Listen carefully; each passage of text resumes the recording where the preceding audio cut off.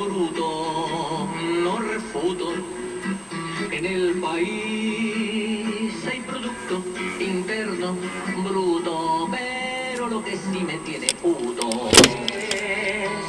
pues bruto es un país que vive de luto. Y bruta una nación que vive en conmoción. Y bruto es un estado que vive arrodillado. Y bruta es una república que vive y muere en la impunidad. Está lleno de la OIT, ¿no? Producto interno bruto. Ah, no, en los de la OIT no está. Esa es otra selección. Hay producto bruto interno, pero lo que aún me sigue manteniendo puto es no entender cuál es.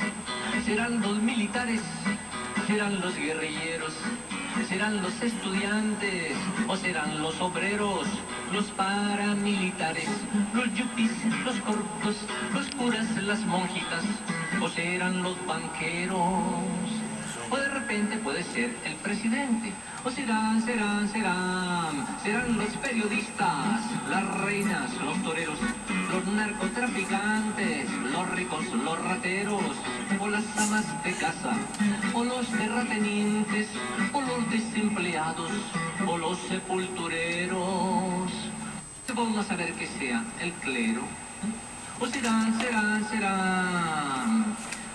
los desplazados, o los travestis, o los ladrones, o los honrados, los dirigentes, la clase media, o la familia, o los abogados, los campesinos, o los artistas, los empleados, los futbolistas, los poderosos, los arribistas, los luchadores, los congresistas. Sí. ¿Y vosotros qué creéis? Listo, ya lo saco ahí. ¿O el estrato 6? Listo, ok. O serán los de abajo, o los de arriba, los boxeadores, o la policía, o los políticos, o los burócratas, o la farándula. 10 de la mañana, 35 minutos, y esta canción se llama Producto Interno Bruto y es un descubrimiento reciente. No conocía a este artista, pero me pareció sorprendente. Se llama Julián Rodríguez, es un colombiano nacido en Sevilla, Valle del Cauca, y es un cantautor, un juglar, un hombre que ha hecho, digamos, de la sátira política y de la sátira musical, pues un oficio verdaderamente lleno de humor, lleno de contradicciones además, pero resulta ser una sorpresa grata una canción como esta, es Producto Interno Bruto. Y bueno, no forma parte del álbum de la OIT, sino que explorando canciones nos encontramos con este artista y aquí nos gusta pues promover toda esta música social, tanto colombiana como internacional, de la que habitualmente no se escucha y de la que poco se difunde en los medios de comunicación. Y esta es una canción bastante satírica sobre el tema del Producto Interno Bruto. Al país, ¿cómo es la cosa? La economía va bien, pero al país le va mal. Bueno, eso es lo que queremos consultar un poquito con el doctor Wilson Arias, representante de la Cámara por el Polo Democrático Alternativo, quien nos acompaña en la línea. Doctor Wilson Arias, muy buenos días. Bueno, estábamos escuchando una canción ahí de un paisano suyo, sevillano además, ¿no?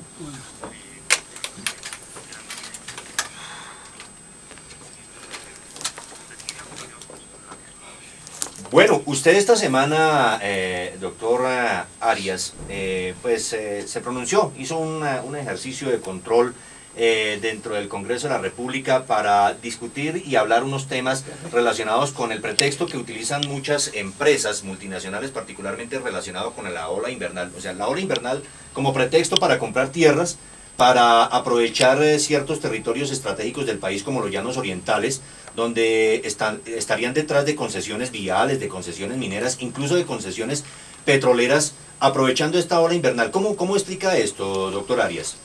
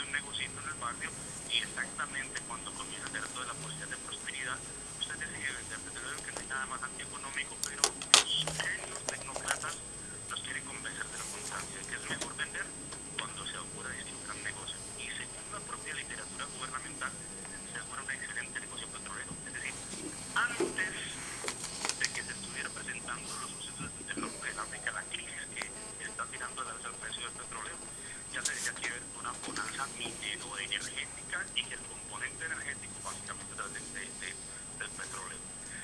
Ahora bien, el resto de la denuncia es que la carretera que se va a construir con ese pretexto cuesta 1.8 billones de pesos. Si usted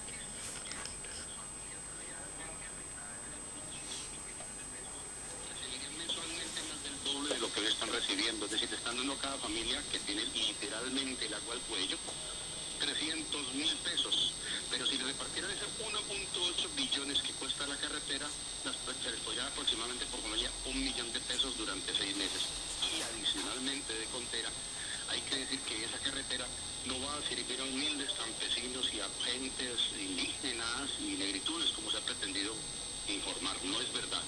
Tenemos el listado de los empresarios que van a ser beneficiarios y lo que ocurre es que como estoy en la ciudad de Cali, si usted me los pregunta ahora no lo tengo en la cabeza, pero puedo decirles de una de ellas, Corfi Colombiana, propiedad del grupo Sarmiento Angulo. Corfi Colombiana ha comprado a través de una de sus 60 empresas, Mavalle, ha comprado extensiones de tierra donde se va a tener influencia en la carretera.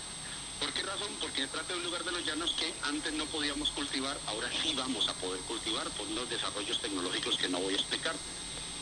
Aproximadamente 7 millones de hectáreas vamos a poder cultivar, lo que amplía la frontera agrícola colombiana. Todos los colombianos podrían esperar que si se amplían 7 millones la frontera agrícola de los llanos, teníamos la oportunidad de hacer una gran reforma agraria, pero la cosa no va por allí. Se está adecuando la Constitución, la ley, todo en el plan de desarrollo, eliminando, por ejemplo, o burlando la noción de unidad agrícola familiar, que tampoco voy a explicar, solamente lo dejo dicho. Se pretende confeccionar la legislación para permitir que no estén campesinos los terrenos baldíos, que tendrían que tener un destino a los campesinos pobres y a los proletarios agrícolas, según dicen la Constitución y la ley, y se ha confeccionado para que sean estos grandes grupos económicos. Uno de ellos, Mavalle, con nombre propio, ya ha comprado tierras, pero también otros, Mónica Semillas, entre otros, Zapuga, entre otros, todos grandes conglomerados económicos que, y es mi denuncia final, podrían rentar no solamente de esos terrenos que antes costaban 400.000 pesos hectárea y ahora cuestan 10 millones de pesos la hectárea, esto es una desproporción absoluta, sino que además van a ver mucho más valorizados sus terrenos con esa carretera, los grandes grupos financieros. Y después de descubrir esto, vine a descubrir un segundo problema, y es que fuera de comprar la tierra, tienen también el negocio de las concesiones de las vías de los llanos a través de otra de sus 60 empresas. Tienen particularmente esa zona de los llanos. De modo que el mismo grupo económico podría haberse beneficiado de un lado de la tierra que compró, de otro lado de la carretera en su concesión o su construcción, y de otra parte también están metidos en el negocio del petróleo. Luego se espera que sean ellos principalmente los que compren las acciones a menor precio de Ecopetrol, bajo el pretexto de que cambiamos un activo por otro. Una empresa de petróleos la cambiamos por unas carreteras que serán muy importantes, habrá que discutir su importancia y su conveniencia, pero que en todo caso no es un activo que se pueda redistribuir. Una observación le hago: que Ecopetrol da ganancias que van al presupuesto nacional, que se redistribuye a todo el país dependiendo de las conveniencias políticas y por decisión del gobierno y del Congreso. Pues bien, una carretera no se puede distribuir de la misma manera. Es decir, hay un costo de oportunidad social para convertir ese activo, uno que es energético y petrolero, convertirlo en cemento. Hay, digamos, un debate muy fuerte sobre el tema. He hecho unas denuncias que no han sido respondidas por el gobierno, y lo que he hecho es que seguimos a la espera de que nos den las correspondientes respuestas, muy especialmente el ministro de Agricultura, Juan Camilo Restrepo, y el ministro de Transporte, el doctor Cardona. Bueno, en pocas palabras, doctor Arias, usted lo que está denunciando básicamente es el uso de una información privilegiada por parte del gobierno y privados para comprar a la barata muchas cosas, muchos terrenos, muchas tierras, que después resultan, como sucedió en la anterior administración nacional, con las tierras allí por los lados de Mosquera, en el que los hijos del presidente pues salieron beneficiados. Se está repitiendo el mismo modelo: comprar a la barata y luego vía especulación se encarecen estos territorios, se proyectan una serie de inversiones allí, pero finalmente obedece a un esquema especulativo. De acuerdo contigo, es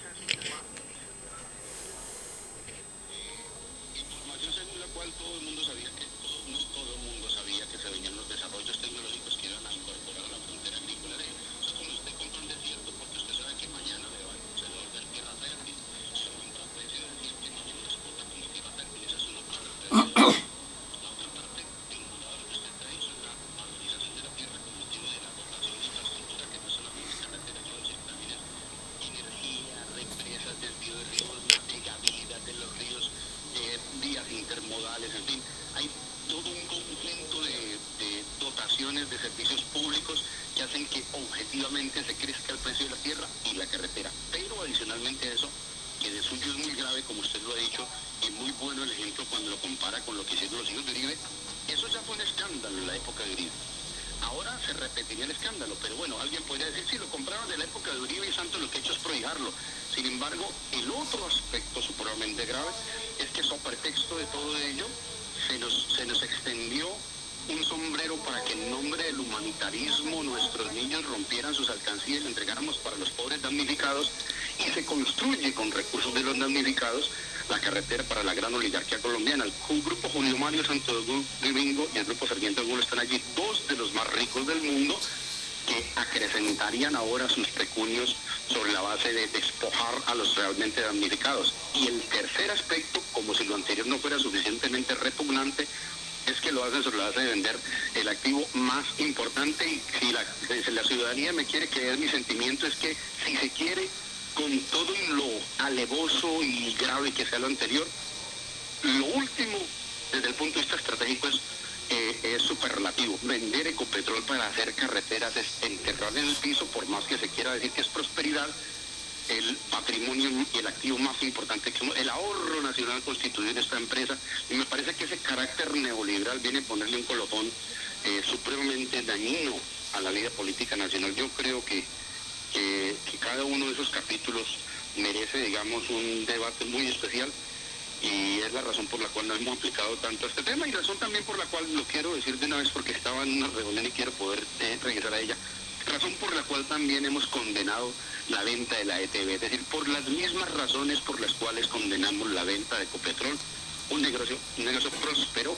Y le quiero advertir, así no estuviera declarado en el horizonte que el precio del barril va a crecer, como en efecto va a crecer, así en el horizonte lo que hubiera es una disminución del precio del barril, nosotros defenderíamos Ecopetrol porque es un ahorro nacional constituido, una empresa que hace agregación de valor muy importante y de carácter estratégico. No es lo mismo, insisto, que una carretera. Por las mismas razones defendemos ETB, porque ETB está en un negocio de altísima agregación de valor, y basta con una buena administración de esa empresa para argumentar la importancia de que esté en manos de los bogotanos. Y lo hemos hecho con toda consecuencia, aún replicando en un alcalde que se presentó en nombre del pueblo, pero que está manifestamente violando el ideario y el ideal de nuestra denominación política. Por razones sobradas hemos solicitado investigación dentro de la Comisión de Ética, porque no aceptamos, del mismo modo que no lo aceptaron la ciudad de Cali. Te quiero decir una cosa para terminar esta respuesta.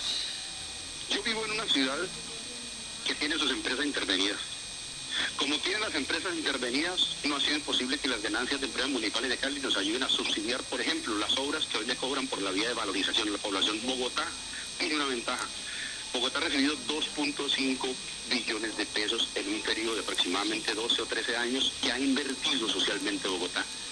Yo tengo envidia de la buena de los bogotanos. Deploro que en Cali la empresa de servicios públicos está intervenida y no pueda rentarle a la ciudad. Bogotá tiene todo para prosperar de la mano de su empleado del teléfono de Bogotá, y es un crimen social y económico entregarse al sector privado. Doctor Wilson Arias, pues muchísimas gracias por este comentario, este análisis que usted nos ofrece, y evidentemente sus palabras ayudan a abrir aquí un debate y un análisis muy cuidadoso acerca de este tema, y particularmente de esto que usted denomina la sexta locomotora del gobierno Santos, en la que prácticamente se está abriendo las puertas a una enorme cantidad de privatizaciones que van a terminar enterrando o liquidando finalmente las pocas empresas de carácter público que tiene el país. Doctor Arias, muchísimas gracias. Dejamos que usted continúe con su actividad allá en el Valle del Cauca, y bueno, agradeciéndole profundamente pues su participación.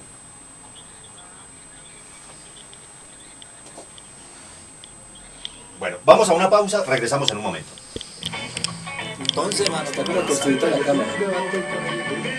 Me invitaron que hiciera parte de él.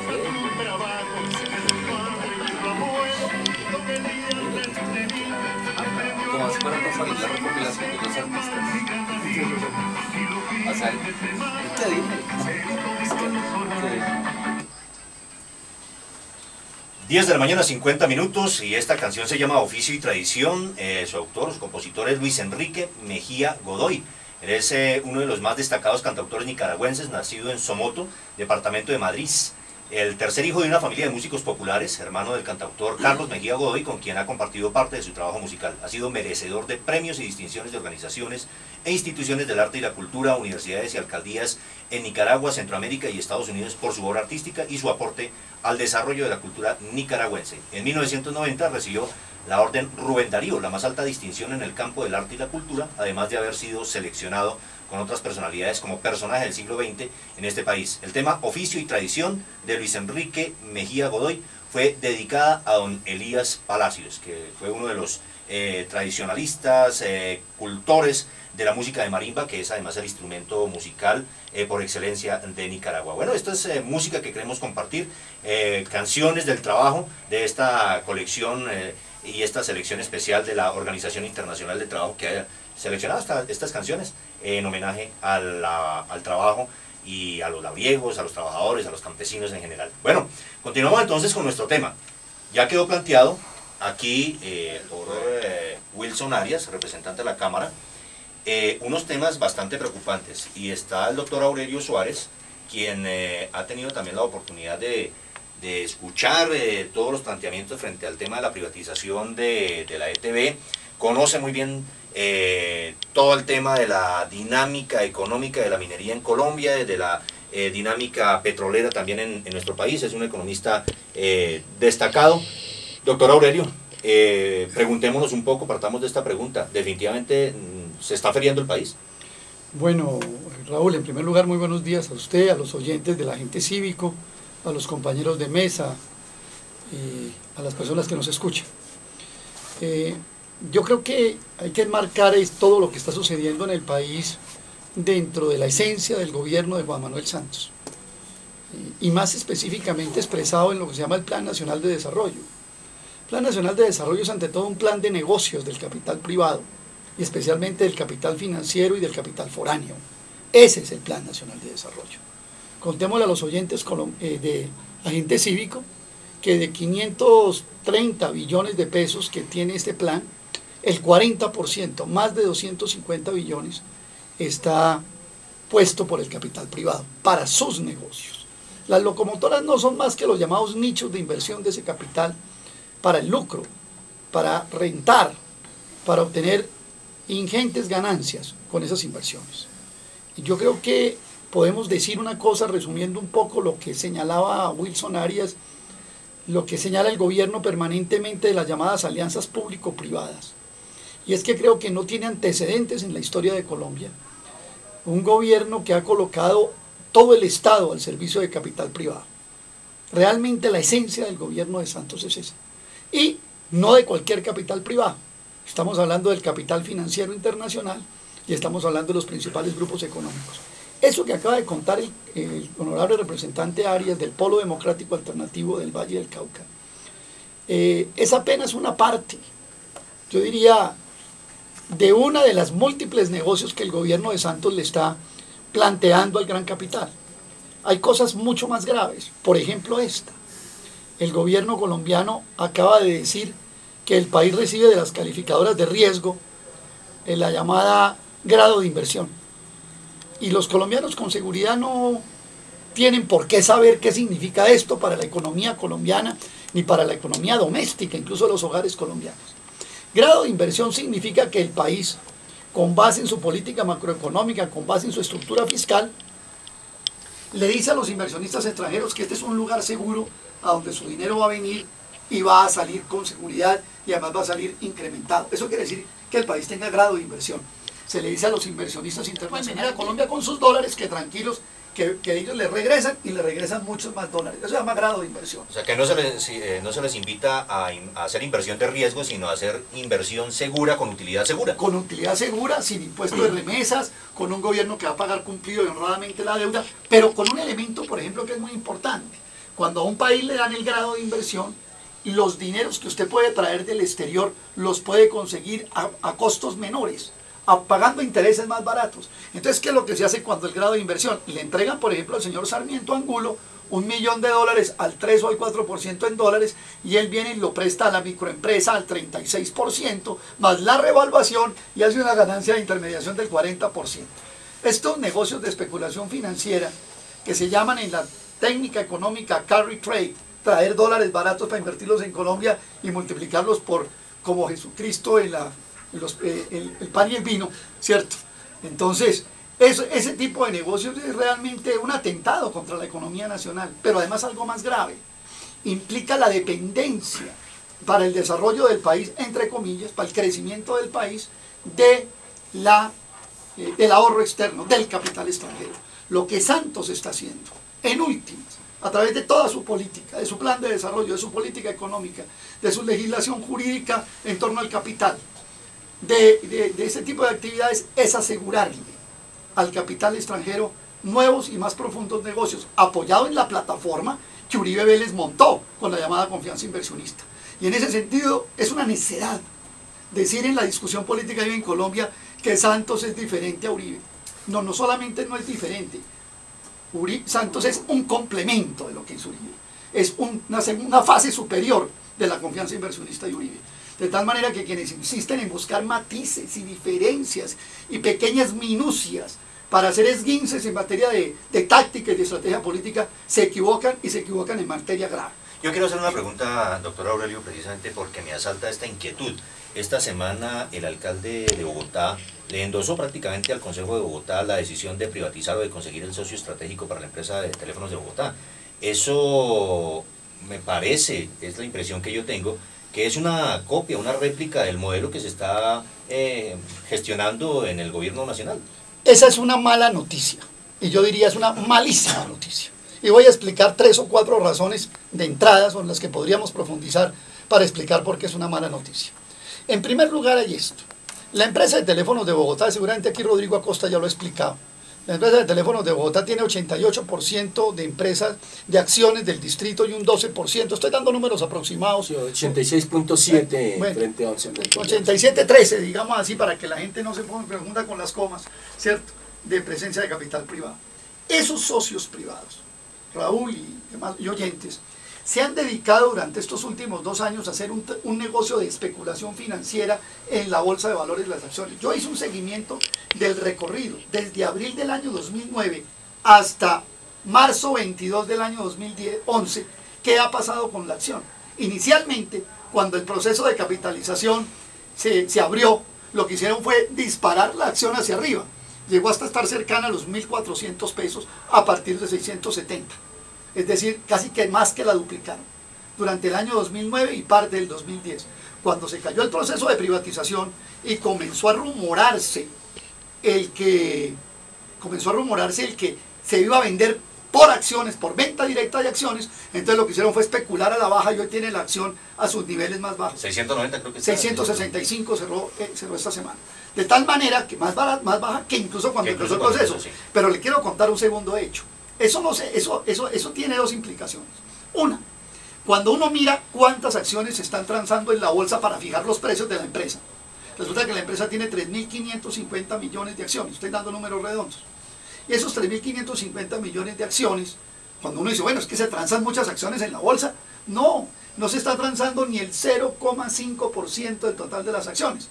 Y a mí en Hora 20, un programa que debatió esto con bastante crudeza la semana pasada, se me dijo, eso es lo normal en cualquier empresa. Le dije, sí, puede ser lo normal, pero aquí estamos hablando de un patrimonio público en un 87%, cuyo valor o valor de capitalización está siendo fijado por una minoría que se dedica a manipular el precio de la acción durante todo este recorrido de bursátil que ha tenido la acción durante estos dos años. Vamos a hacer una breve pausa y regresamos en un momento. Ya regresamos con el agente cívico. Ahora le doy una chiva. Programa de opinión y servicio. Robledo entrega el lunes al superintendente financiero una investigación por manipulación fraudulenta de las acciones en estos 2 años.